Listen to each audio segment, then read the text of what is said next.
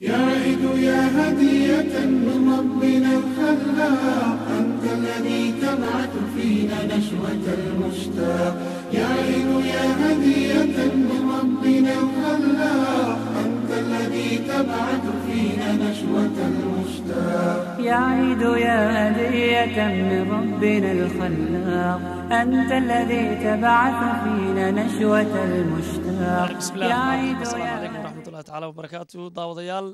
kusoo dhawaada barnaamijkeenii sida alaab aynu qaban jirnay aynu u magac daray u diyaar garowga ciida ku saabsanaa Soomaalida joogta wadanka UK haddii tahay magaalooyinka waaweyn ee London iyo Birmingham aanu ku eegi jirnay bal ciida sida ugu diyaar garoobaan iyo shaqooyinkooda iyo businesskooda. Waxaanu hadda ku suganahay magaalada Birmingham oo aanu xaafadda Small Heath aanu joogno oo agagaarka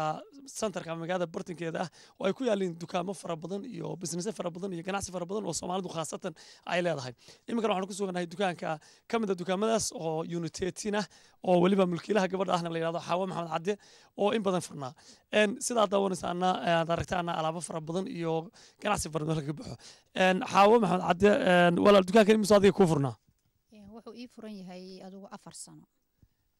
alaabta xagee ka keenta sida caadiga ka soo waardaan ma UK ma China ma Imaaraadka xagee alaabta ka timaada? Imaaraadkana way iiga timaad, Sacuudigana way iiga timaad, China-na way iiga timaad, Talyaanigana way iiga timaad sida sariiraha kale China ka keenan. Waa gartay marka xilliyada mashquulka tiin ma xilliyada ciida iyo sida Ramadaanta ma xilliyada xagaaga ma xilliyada qaboobaha dadku xilliyadaba mashquulkiin uu badan yahay. Horta ciidu sideedaba waa mashquul badan tahay oo macnaha dadkii adeeganaya sida caruurta iyo loo adeegayo kale la ciidsiinayo samirka markii la gaarana sideedaba ummadda dhanaa ka adeegato oo aad u mashquul badan yahay. Waa gartay maxaa ugu talagalay ma jira waxyaabo qiimo jaban ama waxyaabo khaas oo maadaama bisha barakaysan ee Ramadaan iyo ciida soonfur khayraysan ugu talagashaan ama dadka qiimaha ka dhintaan ama waxyaabo dheeraad aad keentan ay jiraan. waa ugu talagalnay qalabkii ciidaha oo caruurta lagu ciidsiin lahaay sida dharkii oo kale tood waan keenay dadka waaweyn iyo caruurtaba adeegoodi waan keenay oo dhar aha iyo guryaha hadii la bedelayo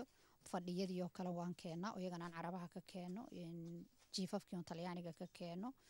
wixii duruucdi waa kana dumarka Soomaalida quruxdoodii oo dhan iyo caraftiiba waa kuwan iyo qalabka la isku qurxiyo sida kareemooyinkii iyo cadaradii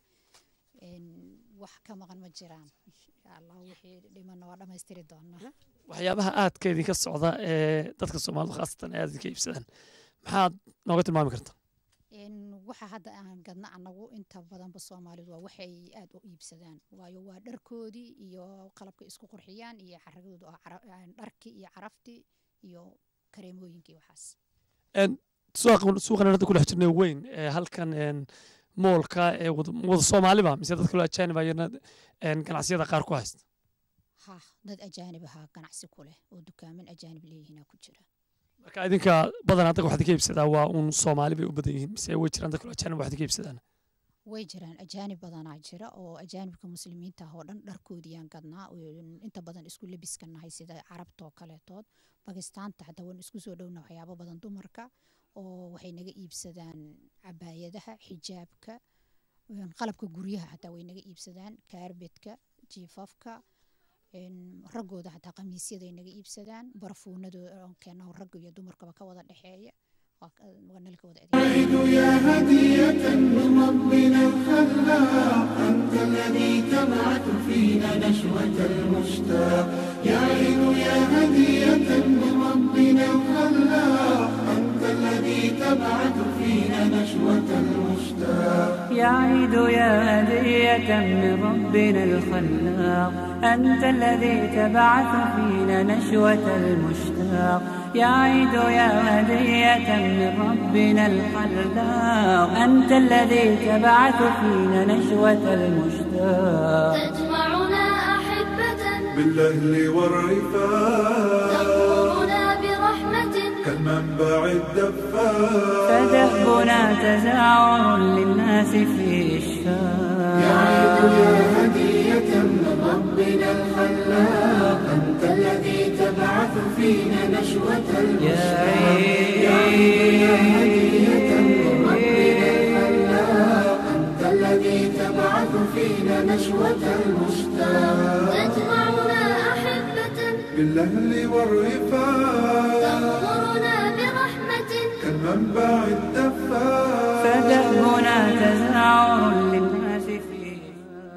marka alaabtu badanaa waxay idinka timaadaa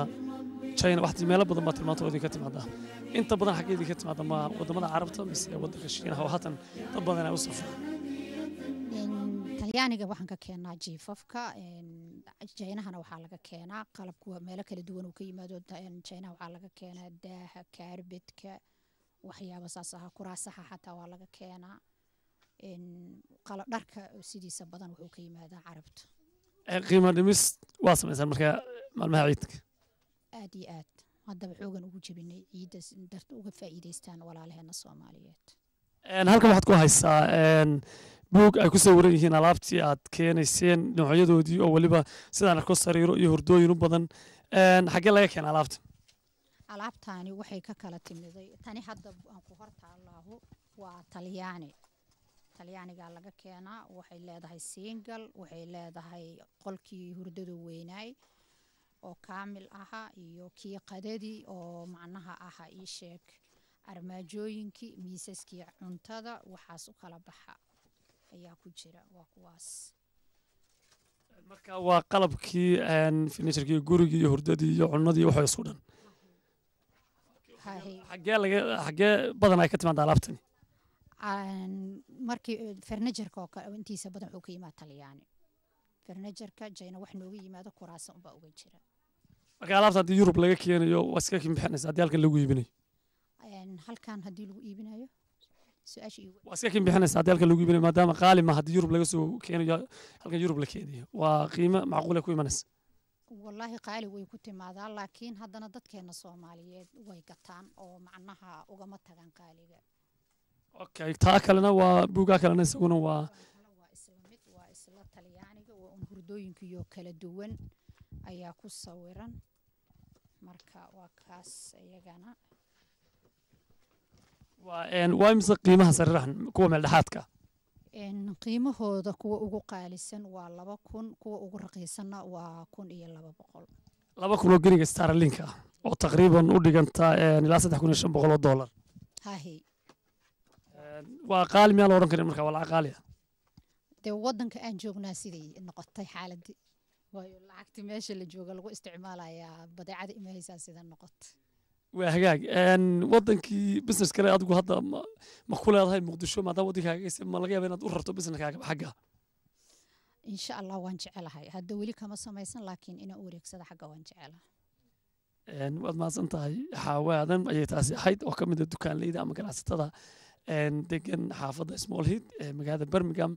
إن برتمه هذا وأنو كورسين أنا كل حشرة ولي برامج كأني أنا مقعد الري وديار جروجا عيدا صنفرات مرة يا عيد يا هدية من ربنا الخلاق أنت الذي تبعث فينا نشوة المشتاق يا عيد يا هدية من ربنا الخلاق أنت الذي تبعث فينا نشوة المشتاق يا عيد يا هدية من ربنا الخلاق أنت الذي تبعث فينا نشوة المشتاق تجمعنا أحبة بالأهل والرفاق تغمرنا برحمة كالمنبع الدفاق فدهبنا تزاور للناس في إشفاق يا عيد يا هدية من ربنا الخلاق أنت الذي تبعث فينا نشوة المشتاق يا عيد يا هدية من ربنا الخلاق أنت الذي تبعث فينا نشوة المشتاق تجمعنا أحبة بالأهل والرفاق تغمرنا برحمة كالمنبع الدفاق فدهبنا تزاور للناس في إشفاق يا هدية من ربنا الخلاق بسم الله الرحمن الرحيم داوديال ولي waxaan ku guda jirnaa barnaamijkeena aan u magac daray u diyaar garowga ciida iyo Soomaalida ku nool UK oo aan ku suganahay haatan magaalada Birmingham gaar ahaan xaafadda loo yaqaan Small Heath ee waliba iyo businessyada iyo ganacsiga faraha badan ee Soomaalidu ay ku leedahay iminkana waxaan ku jirnaa xafiis kale oo isagu la yiraahdo xafiiska Tayo Services oo ah xawaalad casri ah oo Soomaaliyeed oo iyadu ka shaqeysa caalamka ama daafaha dunida oo dhan online ay xaalkeedu yahay mulkiilayaasha iyo shaqaalaha xawaalada tayo services ayaanu hadda halkan la fadhinaa xafiiska oo iyaguna kamid ah businessyada iyo ganacsiyada faraha badan ee Soomaalida ay ku leedahay xaafadda Small Heath centerka ama bartamaha magaalada Birmingham caasimadda labaad ee dalkan Britain waxa ugu horeyn halkan fadhiya Cumar Maxamuud Salebaan iyo waliba Maxamuud Nuur Cawaale oo khayr loo yaqaano Cumar bal waxaad ka warantaa tayo services xawaaladiinan bal xilligay bilaabantay iyo sida u shaqeysaan bal macaamiisha ku daawanaysa bal faahfaahin naga sii بسم الله الرحمن الرحيم والصلاة والسلام على أشرف المرسلين سيدنا محمد وعلى آله وصحبه وسلم حوالد العصوب اللي تاي سيرفس وحي هدا شاقين سا مدة قارسة لبا بلود سيدي لبا بلود كوسي من أي تيميد iyo bad hadda muddo ku siman 3 bilood adiga ay taqriiban ku sii socota waa xawaalad ka duwan xawaaladihii hore waa xawaalad system kas duwan leh oo ka casrisan waana money transfer mobile money transfer ayaa la yiraahdaa waxaa jirta hadda wadankeena dadku hadda isticmaalaan shirkadaha waaweyn Golis Hormuud Telesom oo Somaliland Golis oo Puntland iyo Xamar oo laga isticmaalo Hormuud marka dadku waxay ku leeyihiin account telefoonadooda ay ku isticmaalaan oo ay markaa ku isticmaalaan inay lacagahooda ay ku kaydsadaan marka anagu waxaan sameynaa money transfer qof allaalo qofkii mobile sita waxaan ugu dhacaysaa si automatic ah lacagtii mobilkiisi isagoo xafiis tagin ama aan socdeer gelin meel alla meel uu joogo wadanka ka joogo ama miyi ha joogo ama magaalo ha joogo ama safar ha ku jiro anywhere uu joogo wuxuu ka helayaa lacagtiisi iyadoo si dhab yar uga cash gareysan karo ama uga sarifan karo qofka ugu horeeya ama dukaan ahaado ama sarifla ahaado ama wax kale ahaado ama bakhaar ahaado qofku wuxuu lacagtiisa meesha doono haddii qof weyn iska waayeelayahayna de qasab waxa markaa xafiiskii isagu tagaya oo ka soo qaadanaya sidaas ayaana u shaqeysaa marka ma lacagtii markii la xawleeyay leedin keeno ba halka xawaaladaha kale ay diraan ayadugu mobile qofkii loo diray leeyahay bay lacagtii toos ugu dhacaysaa waxa la disiyaa mobilkina markuu ka kushbaa leeyahay mise waa in la diro oo markaa dabadna sidii saad tii hore loo odhan jiray la maqli jiray loo sameeyo mise adigu mobile baad toos ugu shubaysan qofkaan u diray mobilka ku siinaya miya may waa sidaad sheegtay weeye qofku wuxuu leeyahay account qof walba hadda Somaliland waxa loo yaqaanaa sad service Puntland waxa loo yaqaanaa sahal baa loo yaqaanaa Xamar waxa loo yaqaanaa EVC ayaa loo yaqaanaa marka qof walba oo telefoon kale isaga furanaya account ayuu ka furanaya ayna ku leeyihiin qof walba uu leeyahay marka anagu sidii caadiga ah waxa wiileynaa laakiin numberkiisa qofka markuu la siiyo mobile numberkiisa kadib waxa soo baxaya magaciisa oo saddexan ayaa ka soo baxaya shaqada haduu leeyahay sad ama leeyahay ama sahal ama EV uu leeyahay marka systemkaas wuxuu u sahlaya qofka inuu yaani si dhib yar uu wixiisii ku helo oo markaa shaqadiisii ay ugu fudnaato wixii kale faahfaahinna Maxamuud waa ku dadari doona hadii Ilaahay ka dhigo marka lacagtii marka la xawilo oo ay mobilkii ku dhacdo qofkii meeshuu joogo magaalada noqotay meeshuu rabo waxba kaga iibsanay Maxamuud miya بسم الله الرحمن الرحيم سيدا عمر بيدين فافاهي حوالدنا وحوالد موبيل ماني ترانسفير dadkuna sida ay u badan yihiin waxay ka wada registraysan yihiin saddexda maaragtay shirkadood oo Golis Hormuud iyo Telesom nin walba oo maaragtay telefoon Hormuud ama Telesom ama Golis wata isagoon meel la tagin ayaa lacagtu waxay ugu dhacaysaa mobilkiisa dukaanka ugu horeeya ayuu wuxuu ka sarifanayaa $5 oo ugu horeysa ayuu ka sarifanayaa marka uma baahna inuu bas raaco uma baahna in la soo waco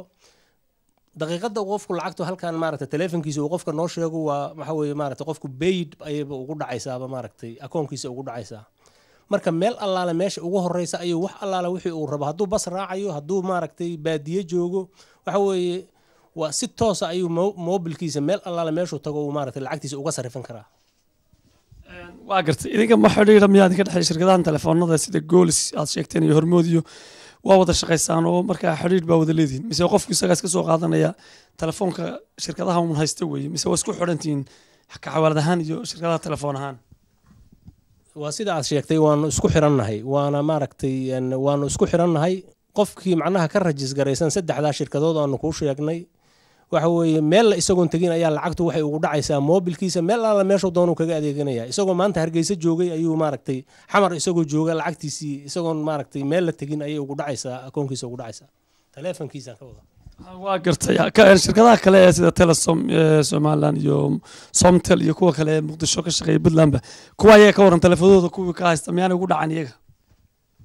iyaga ugu dhici mayso markay xiriir waxaan la leenahay saddexda shirkadood ayaanu xiriir la leenahay dadkuna waxay u badan yihiin inay taleefanada nin walba uu taleefankan inuu haysto ayay u badan tahayba marka qof noo yimid oo anaga maaragtay aan moobilka haysan oo aanan maaragtay maba jiraba dadku siday u badan yihiin moobiladaas ayay wada haystaan waan gartay maxaa idinku maadaama xawaalad badan oo kale oo Soomaaliyeed ay jiraan waqtigan furtaan xawaalad maxaa idinku galifay wax adeeg ka duwan oo xawaalada hore ka gaabiyeen ba aragteen oo idin muuqday oo dadkii hore xawaalada hore maxaa Cumar haddaan ku weydiiyo maxaa xilligeedu ku galifin xawaalad cusub furtaan kulli adduunkan hadda aynu joogno waa moderation maalinba wax cusub baa soo biiraya xawaalada hore waxaa laga yaabaa qofka marka lacag loo diro in la raadiyo systemkana hore aan u lahayn oo shirkadda waxaa iska lahayd ama Golis baa lahayd ama Telesom ama Hormuud qofka in saadka ama sahal waxa loo yaqaan ama loo yaqaan EVC in laga qaado ama xawaaladaha kale ama ka ama dahabshiil kadibna iyaga loo geeyo qofka loogu sii xawilo ayay ahaan jirtay laakiin hadda maadaama saddexdii shirkadood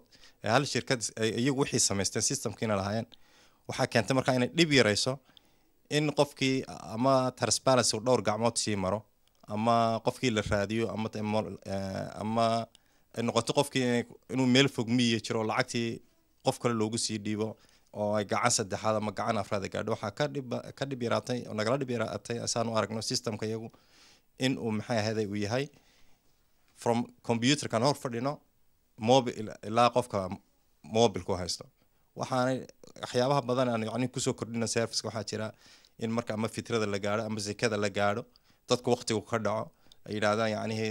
email ay ku bixiyeen wixii waayeen ama ay ku adkaato ama masaajidka la soo ordaan ama meel masaajidkiina qaban waayeen ama dadkii qaban waayeen si ay u gaarsiin waayeen taa waxay noqonaysaa anagu 24/7 wixii in qofkii meel alaalu joogo qofkii wixii si sahlan loo gaarsiin aanu mar dambe aanu noqon qof delayed ku dhaca ama daaha ama wixii ka shaqadii ka daaha markaa sidaa sheegteen habeen iyo maalinba waa furintiin waa shaqaysan sida xawaalada kale waqti ay u leeyihiin maalintoo kale waqti xala leeyihiin idinku waa 24/7 ama 24 saac waa shaqadiina waa la helaya anagu shaqadii waa 24/7 waa la helaya 7 days weeki 24/7 way maalintii dhan waan furanahay anytime qofku xilli walba ama habeen ha noqoto ama maalin noqoto xilliga qofka lacagtiisa loo diro in that time qofku waa paid lacagtiisa uu haystaa waa gartay meelaha kale baa ka furantihiin ma UK baa ku goobantihiin ma wadamada Yurub ma Mareykan ma Carabta intee leeg baa maadaama shirkado cusub tihiin dunida daawadayaasha adigoo u sheegaya meelaha ka furantihiin waa maxaa ka mid ah kulli xawaalada iyadoo cusub haddana waa magaceeda waxa la yiraahdaa Fastpay degdegsiyihii bixintii degdegsiyahayd marka all over the world hadda way ka furantahay ama Europe haato ama North America haato ama Africa haato ama Asia haato ilaa China meel walba taana waxaan ku sii dareynaa waxaan leenahay bangi caadi ah oo la yiraahdo Bank Salam oo ku yaala headquarters Djibouti hay oo dadku si walba yacni qofku meel walba adduunka jooga lacagta gaarsiinay kaasna waan leenahay oon kaga sii duwanay xawaaladaha kale okay marka dadku maxaa warwara oo ka qabtaan dhawaan hadaladii soo baxay ee ka soo yeeray bangiga Barclays ee UK ugu weyn ee sheegayay inuu joojino wada shaqaynta xawaaladaha Soomaaliyeed iyo kuwa kale Afrikaan ka leeyahay taas idinka ma idin saameynaysaa kulli annaga saameyn weyn nagu yeelan mayso sidaan u aragno waayo waxaan leenahay laba bank oo international all over the world la shaqeeya marka wax annaga saami ama dhibaato ah oo ay nagu yeelanayso uma aragno waxaan rajaynaynaa inaanay kuwa kalena aanay ku yeelan haddii Ilaahay ka dhigo wahagaag kuwaas waxay ahaayeen Cumar maxamuud Saleebaan iyo waliba maxamuud nuur Cawaale oo khayre ku magac dheer oo ah mulkiilayaasha iyo shaqaalaha waliba xawaalada loo yaqaano Taya Services ee dhawaan la furay ee sida aad ka shaqeysay ama online ka dadka meel walba ku gaarsiinaysa ee loo yaqaano mobile money transfer oo iyadoo halkaaga joogto UK marka qaraabadaada lacagta ku soo diraan aad ugu dirayso ehelkaaga ay ka qaadanayaan meel meesha ay doonaan Soomaaliya aad iyo aad baa mahadsantii daawadayaal weli waxaanu barta kaga jirnaa barnaamijka inaan ugu talagalay diyaargarowga ciidda waayahay ugu dambeyntii cumar iyo maxamuud waxaan ugu jirnaa bishii barakeysan rabadaan bal wax ofar miyaad u samaysteen macaamiisha iyo waxaa ugu talagasheen iyo ciidadkii idinkoo halaal daqiiqo kusoo koobay labadiinuba maxaa ugu talagasheen macaamiisha saa usoo jeedataan maadaama ay shirkad cusubtihiin ofar ma u samaysteen wax ma ka dhimaysaan xagga kale degdegsiyiin waxayna ba labadiinuba idinkoo macaamiisha soo jiidasho ku samaynaya maxaa qabat bismi illaahi raxmaan raxiim macaamiisha waxaanu kusoo jiidanaynaa maaragtay 1% ayaanu dhinnay maaragtay raydkii aanu qaadi jirnay insha allah waxaanu rajaynaynaa maaragtay in dadku ay ku qanci doonaan maaragtay serviceka aanu bixinayno maadaama maaragtay qofkii saddexaad uu gacanta ka baxay uu meesha ka baxay oo aan shaqadeennu ay tahay annaga halkan ka dirayna iyo qofkii lacagta loo dirayay